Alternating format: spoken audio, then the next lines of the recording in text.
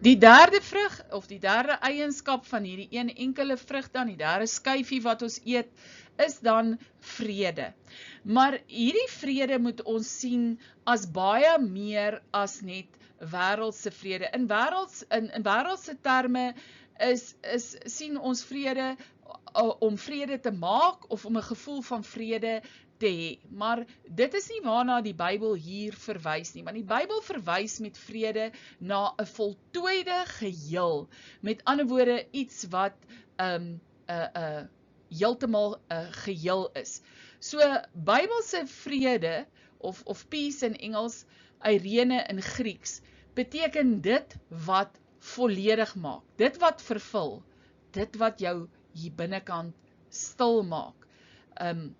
En in Hebreëus, in die Ou Testament, in Hebreëus is die woord vir vrede shalom. Julle weet, die Jode groet mekaar met die woorde shalom, shalom. En dit beteken, hulle seën jou, dat jou geheel voltooi sal word. Dit is soos seëning wat elke keer oor jou uitgespreek word. So daarom het ons die Heilige Gees so nodig vir hierdie goddelike vreugde. Vrede. En ons sien dan dat hierdie goddelike vrede is meer as net om 'n emosie of 'n belewenis van kalmte te hê of 'n belewenis van afwesigheid van konflik. Daar's dalk nie 'n bekleierheid tussen mense nie, maar daardie mense het nie vrede nie. So vrede in die gees is baie meer as net vrede wat ons as mense kan beleef in ons vlees. Daarom sê die woord van die Here vir ons, dit is vrede wat alle verstand te bowe gaan. Met ander woorde, dit gaan by jou menslike belewenis en by jou menslike emosies verby. En dit is wat in ons geesposisie gebeur, nie in jou vleesposisie nie. Daarom is dan Efesiërs 4 vers 7 wat vir ons sê, dis hierdie vrede wat alle verstand te bowe gaan. Die volgende is dan vir my 'n paar belangrike punte by vrede. Eerstens is, dit kom van die Vader, en daarna deur wedergeboorte deur die Here Jesus, en dan is dit uitgestort in die Heilige Gees binne in ons, Efesiërs 6 vers 23, Filippense 1 vers 2. Met ander woorde, dit begin by Jesus as die prins van vrede. Dis begin vrede nooit by mense nie. So moenie verwag mense gaan jou vrede gee nie. Mense kan nie iets gee wat hulle nie het nie. Jou vrede begin by die Here Jesus. Jou vrede begin nie by mense nie. Dit is hoekom mense baie keer so sal kla, want hulle soek vrede by mense. Hulle verwag mense moet hulle behoefte na vrede vervul, maar vrede lê binne in jouself, dit lê nie buite jouself nie. Hebreërs 7 vers 2 sê dan natuurlik die Here Jesus is die koning van Salem, die koning van vrede.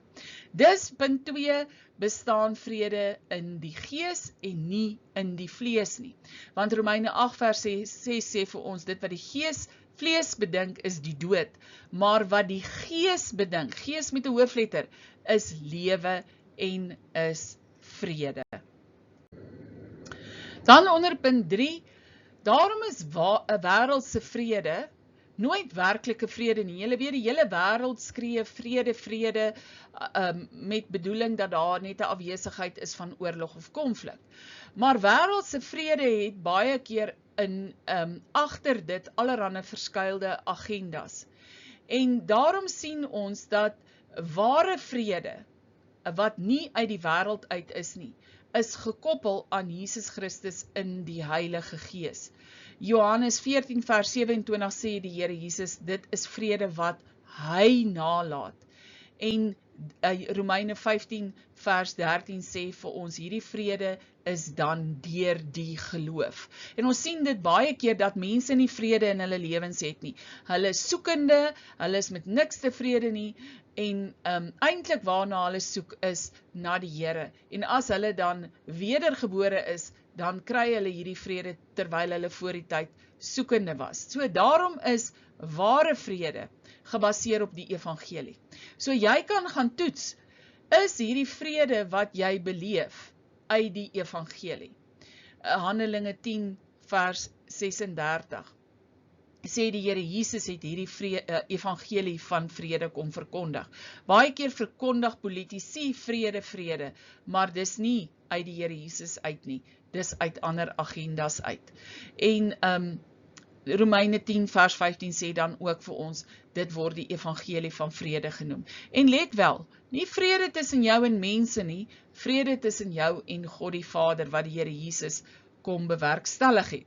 Daarom sal jy sien, heel onder op die skerm, die evangelie bring baie keer juis onvrede tussen geredde en ongeredde mense. En Matteus 10 vers 34 sê die Here Jesus baie duidelik, né? Hy het nie gekom om vrede te bring nie.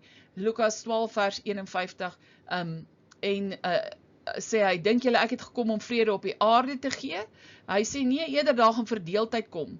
So hier onderskei die Here Jesus baie duidelik tussen wêreldse vrede en vrede tussen God en die mens wat kom vanuit die evangelie, waar die Here Jesus die prys betaal het, sodat daar vrede kan kom tussen jou en die Vader, en daardeur kan die Heilige Gees in jou hart uitgestort word. So punt 4, hierdie vrede is dan eerstens vrede tussen die verlore mens en God, Efesiërs 2:14, wanneer Jesus het gekom en die middelmuur van skeiding afgebreek, hy is ons vrede, en hierdie vrede fokus dus op die verhouding tussen jou en die Vader wat herstel is, en nie op vrede met die wêreld nie. Dis 'n wete dat ons in ongeregtigheid geleef het met God, maar dat ons ongeregtigheid nou die prys daarvoor betaal is en ons kan nou in geregtigheid leef. So dis baie meer as net die afwesigheid van konflik. Dis 'n vrede dat ons weet God voorsien in al ons behoeftes, Filippense 4 vers 19, want hy is ons Vader. So daarom is die fokus van vrede met God, daarom is die fokus van vrede op God en nie op mense nie. Ook nie op 'n fokus van vrede met medegelowiges nie, en ek gaan nou verduidelik wat dit beteken.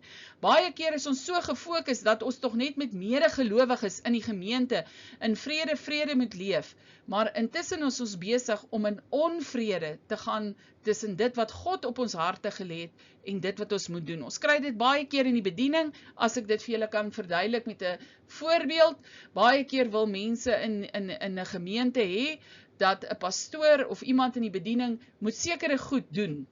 En dit is glad nie daardie pastoor of daardie persoon in die bediening se roeping nie. Sê nou maar byvoorbeeld, dis daardie pastoor se roeping om te evangeliseer, en hulle dring daarop aan dat daardie pastoor moet nou kinderkerk gee. Dan maak daardie pastoor terwille van vrede met die gemeente, gee hy nou maar kinderkerk, maar hier binne in sy hart het hy nie vrede tussen hom en die Here nie, want dis nie waarvoor die Here hom geroep het nie. En intussen sit daar in die gemeente iemand wat die Here wel geroep het vir die kinderkerk, wat dit so graag wil doen, wat 'n profetiese woord gekry het dat hulle kinderkerk eendag gaan doen. En daar's ook nie vrede tussen hulle en die Here nie, want hulle wonder dan, wanneer gaan die Here ooit hierdie belofte wat hy aan hulle gemaak het in vervulling laat kom. So dit is wat ek hiermee bedoel. Maar daardeur probeer ek nie sê, julle moet nie verkeerd verstaan, dat ons in konflik met medegelowiges mag leef en dat dit nou maar reg is nie. Want Romeine 12 vers 18 sê vir ons baie duidelik, sover as wat dit moontlik is, leef in vrede met almal, met alle mense. Nie net medegelowiges nie, nie net ander Christene nie, maar met alle mense. Leef in vrede, want ons moet daai vrug van vrede vir almal dra, nie net vir ons self nie. So as daar dan vrede tussen ons en God is, dan gaan ons sien dat vrede gaan uitvloei na medegelowiges toe. Punt 5 is vrede tussen medegelowiges is baie belangrik. Ander skrifte in die Bybel sê vir ons baie duidelik, God haat dit as mense oneenigheid stig, skinder, allerhande konflik opjag, tweedrag veroorsaak, né? Daarom is dit 'n opdrag van God in die gemeente, want geen gemeente kan sonder vrede groei en funksioneer nie. As daar die hele tyd 'n bekleierery is en verskille en argumente, dan sal daardie gemeente nie groei nie. So daarom 1 Tessalonisense 5 vers 13 sê, bewys hierdie liefde en vrede onder mekaar, en 2 Korintiërs 13 vers 11 sê vir ons, hou vrede met mekaar, dan sal die God van liefde en vrede met ons wees. So ons moet vrede en eensgesindheid onder gelowiges aktief soek en aktief najaag. Romeine 14 vers 19, ekskuus tog. Dan vorm dit hierdie band van vrede in die gemeente. Dit bind hierdie gemeente saam, Efesiërs 4 vers 1. En dan die laaste punt, onder punt 6 is, ware vreugde is nie passiwiteit nie, maar 'n aktiewe keuse. Baie keer wil ons net konflik vermy, maar soos ek reeds gesê het, vrede is baie meer as net die afwesigheid van konflik. En omdat ons konflik wil vermy, is ons so half passief, né? En dit is nie ware vrede nie. Dit is valse vrede. Efesiërs 6 vers 15 sê vir ons, ons moet bereid wees om as skoene aan julle voete, die bereidheid om die evangelie van vrede te verkondig. En Efesiërs 2 vers 17 herhaal dit. So met ander woorde, vrede, hierdie evangelie waarin ons leef, is 'n aktiewe keuse. Dit is 'n paar gedagtes rondom vrede, en ek hoop dit gaan vir julle openbaring gee. Baie keer het ons vrede op verkeerde plekke gesoek, of baie keer het ons ter wille van vrede eintlik onvrede tussen ons en God veroorsaak, toe ons vrede met mense probeer hou het om mense tevrede te stel. Dis valse vrede, dis nie ware vrede nie. Mag hierdie vir julle leiding en rigting gee. Dan is ons by die 4de skyfie van ons narkie, en hierdie 4de skyfie is lankmoedigheid, of lydsaamheid, of geduld. Verskillende vertalings vertaal dit so. Ek weet hierdie lesing is lank, ons probeer die reeks klaarmaak in 6 lesings. En lankmoedigheid of geduld is 'n vrug wat dikwels as minder belangrik beskou word. En dat dit, baie keer sê ons, ag, jy weet, ek is nou maar ongeduldig, dit is nou maar my karakter of my geaardheid, so ek hoef nie lankmoedig of geduldig te wees nie. Maar dis eintlik 'n baie belangrike vrug. So want daarsonder kan ons nie die snoeiproses deurstaan nie. Ons kan nie in ons roeping funksioneer nie. En wanneer ons in ons roeping wil funksioneer, gaan die Here ons definitief snoei. En daarvoor het ons geduld en lankmoedigheid nodig. So wat beteken hierdie woord? Om vir ons weer eens 'n bietjie perspektief te gee. Hier is die Afrikaanse en Engelse woorde eintlik sommer so selfverduidelikend. Want lankmoedigheid, in Engels word dit vertaal met long-standing, is om, soos die woord sê as ons dit opbreek, 'n lang moed te hê, of om vir 'n lang tyd moedig te bly. Dis met ander woorde, om vir 'n lang tyd staande te bly onder druk, long-standing in Engels, né? Of om vir 'n lang tyd te ly, long suffering. En jy sien, dit is wat jou gaan staande hou in 'n snoeitydperk. Want Johannes 15 vers 1 sê mos nou vir ons, waarna ons in die vorige lesings verwys het, Jesus is die ware wingerdstok, ons word in die wingerdstok geplant, maar die Vader is die landbouer. En die landbouer kom en hy snoei daai boom in die regte rigting. Weet julle, soms plant ons 'n boom en dan groei hy sulke wille takke uit, né? Hulle gaan nie in die regte rigting nie. En dan moet ons as die tuinier dit kom snoei, dit kom afsny. En jy dwing die boom om in 'n ander rigting te gaan. As die boom dalk skuins of horisontaal gegaan het, dwing jy nou die boom deur hierdie snoeiproses om regop in die lig, vertikaal op in die lig in te gaan. En dit is waar, as ons na Johannes 15 vers 2 gaan kyk, die Vader ons skoon snoei en hy ons in die regte rigting snoei. Maar soos ons weet, om 'n vrugteboom in jou boord voor te berei, vat 'n paar jaar voordat dit vrug dra, of optimaal vrug dra. In die eerste paar jare is daar so hier en daar 'n vruggie. So jy moet geduld hê.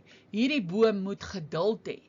dat daar 'n dag sal kom wat dit volgens sy volle potensiaal kan vrug dra. En dit is waarom lankmoedigheid of lydsaamheid of geduld so ontsettend belangrik is in die proses van vrugdra. Daarsonder gaan ons nie kan vrugdra nie. Ons gaan nie die snoeiproses deurstaan nie.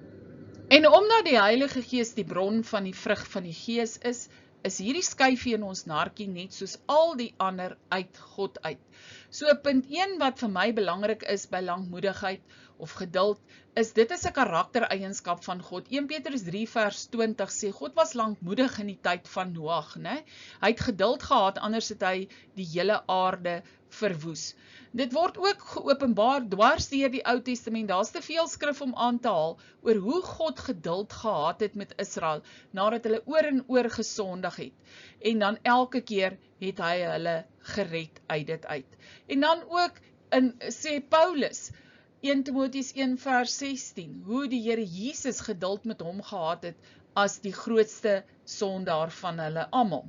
Maar nou moet ons net een ding onthou hier. Al is dit God se karaktereienskap, moet ons nie sy geduld uitdaag nie. Sy geduld is daar om ons 'n kans te gee, om die mens 'n kans te gee om tot bekering te kom, om sy verkeerde weë te verander. Gaan lees gerus Romeine 2 vers 4 op die skerm hier. So, moenie God se geduld beproef nie. God se geduld is altyd daar vir 'n doel, en die doel kan wees om jou tot bekering of tot wedergeboorte te bring. Dis hoekom hy jou, nog as ek die Engelse woord kan gebruik, tolerate in jou sonde, of dit is vir 'n seisoen waar hy jou snoei, sodat jy in jou roeping kan gaan. Dit is waar ons dan nou by punt 2 uitkom. Romeine 9 vers 22 sê, hy doen dit alles omdat hy ons voorberei vir heerlikheid, vir dit waarheen ons eendag op pad is. Met ander woorde, sy geduld is ook vir 'n seisoen. Dan onder punt 3 sien ons ook dat sy geduld is juis nodig met dit wat jou uitdaag. En dit is die probleem met geduld, en dit is hoekom dit so 'n belangrike skyfie in ons vrug is as ons uitdagings beleef wat ons snoei, sodat ons in ons roeping uitkom, moet ons moed hou. Ons moet long standing hê, ons moet lankstaande bly, ons moet long suffering hê, ons moet bereid wees om lank te ly onder sekere omstandighede. Ons moet lankmoedig wees, met ander woorde, ons moet lank moed hê, sodat ons in dit wat ons uitdagings is, wat ons snoeiproses is, dat ons moed sal hou, en nie halfpad moed opgee nie, en dan gaan ons geen vrug dra nie. So, geduld lyk daarom dalk vir julle na so 'n onbelangrike skyfie van hierdie vrug. Maar Romeine 5 vers 3 sê vir ons baie duidelik, dat ons in hierdie lydsaamheid bewerk beproefdheid in ons, sodat ons uitkom by dit wat God vir ons ingeskape het. En dan punt 4 is jy moet soos al die ander vrug van die Gees, moet jy wandel daarin. Jy moet groei daarin. Jy het nie arrive nie. Jy het nie op 'n plek gekom waar jy kan sê, nou het ek geduld bemeester nie. Want dit is deel van jou roeping. Sonder geduld kan jy nie jou roeping volbring nie. Want soms neem dit jare voordat jou roeping in vervulling kom. En tydens hierdie voorbereidingsproses gaan ons dikwels deur uitdagings wat dit nodig is om staande te bly in geloof. Julle kan maar gaan lees Kolossense 1 vers 10 en Efesiërs 4 vers 1. En dit is die ding, baie keer veral onder vandag se jong Christene, het hulle dalk 'n profetiese woord ontvang, of hulle het 'n roeping op hulle lewe, iemand het vir hulle geprofeteer, hulle het dit dalk ontdek, en dan wil hulle hê dit moet dadelik en onmiddellik in vervulling kom. Ek onthou, daar was iemand wat 'n profetiese woord in ons kerk gekry het, en week na week het sy my gestorm, en dan het sy vir my gesê, maar hierdie roeping het nou nog nie, hierdie belofte van die Here het nou nog nie in vervulling gekom nie. En dit is die plek waar ons geduld nodig het, dat ons in geloof sal bly staan. En soms val die Satan ons juis aan op ons roeping. En die wonderlike daarvan daai Romeine 8:28 wat sê alles werk ten goeie mee vir die wat die Here liefhet, die skrif is nie hier op die skerm nie. In hierdie aanvalle van die bose, draai die Here dit om in 'n snoeiproses, sodat dit dan vir ons ten goeie meewerk en ons uit dit groei en ons uit dit uit geduld leer. So geduld of lankmoedigheid is absoluut 'n essensiële vrug wat op 'n daaglikse basis vir ons voeding gaan verskaf, sodat ons in ons roeping kan uitkom. Maar die troos daarin, punt 5 is, die liefde verskaf vir ons die brandstof vir lankmoedigheid. Liefde en lankmoedigheid loop saam. Jy sien dit ook in Efesiërs 4 vers 1. En dit is die troos dat God wat liefde is, hou ons vas in hierdie tye wanneer ons moet staande bly. So jy hoef dit nie te veg nie, jy hoef dit nie te oorkom nie, jy moet net staande bly, jy moet net in posisie bly. En dan ons laaste skyfie van hierdie lesing is dan onder punt 6 enkele positiewe gevolge van lankmoedigheid. En daar is nog baie meer, hierdie het vir my uitgestaan. Dit help ons om in Jakobus 1 vers 19 te leef, want daar staan in Jakobus 1 vers 19, ons moet gou wees om te hoor. Met ander woorde, luister eers voordat jy, soos hulle in Engels sê, don't jump to conclusions. Elke mens moet gou wees om te hoor. Luister na die raad, wees geduldig, moenie net jou sê, probeer sê nie. Wees gou om te hoor, dan stadig om te praat en stadig om toornig te word. Sonder geduld, sonder lankmoedigheid, is dit onmoontlik om in Jakobus 1 vers 19 te funksioneer. En weet julle, ek dink dis een van die vrugte wat so uitstaan tussen mense. As mense sien, jy dra die vrug van geduld of lankmoedigheid, veral in moeilike omstandighede, dan is dit 'n getuienis van die Heilige Gees wat binne in jou is. Die volgende punt wat vir my belangrik is, en dis 'n groot positiewe gevolg. Geduld beskerm jou teen wraak. Romeine 12 vers 19 sê, moenie julle wreek nie, geliefdes, moenie plek gee vir toring nie. En weet julle, baie keer wil ons hê, iemand wat iets verkeerd gedoen, iemand wat onreg gepleeg het, moet onmiddellik gestraf word. Ons wil onmiddellik beleef hoe God hierdie onreg aanspreek in hierdie persoon se lewe. Maar God het vir hom of haar ook genade. En dan kom dit nie so vinnig nie. En dan kom ons op 'n plek waar ons besluit, nou gaan ons reg in ons eie hande neem. En dit is hoekom geduld so belangrik en so kosbaar is, want dit beskerm ons teen wraak.